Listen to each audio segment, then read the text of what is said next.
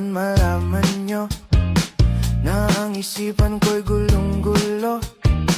Nagtatanong kung susundan ko siya dahil ang puso ko ay nabihag niya. Alam mo bang minamahal ko siya at tunay ang aking nadarama. Kahit ako'y nagmumukhang tanga ay ayos lang basta kasama siya. Kahit sabihin pa ng iba nababaliw na akong talaga. Kahit mayroong ibang nagcha-cha-cha, nagrurumba, nagsasalsa.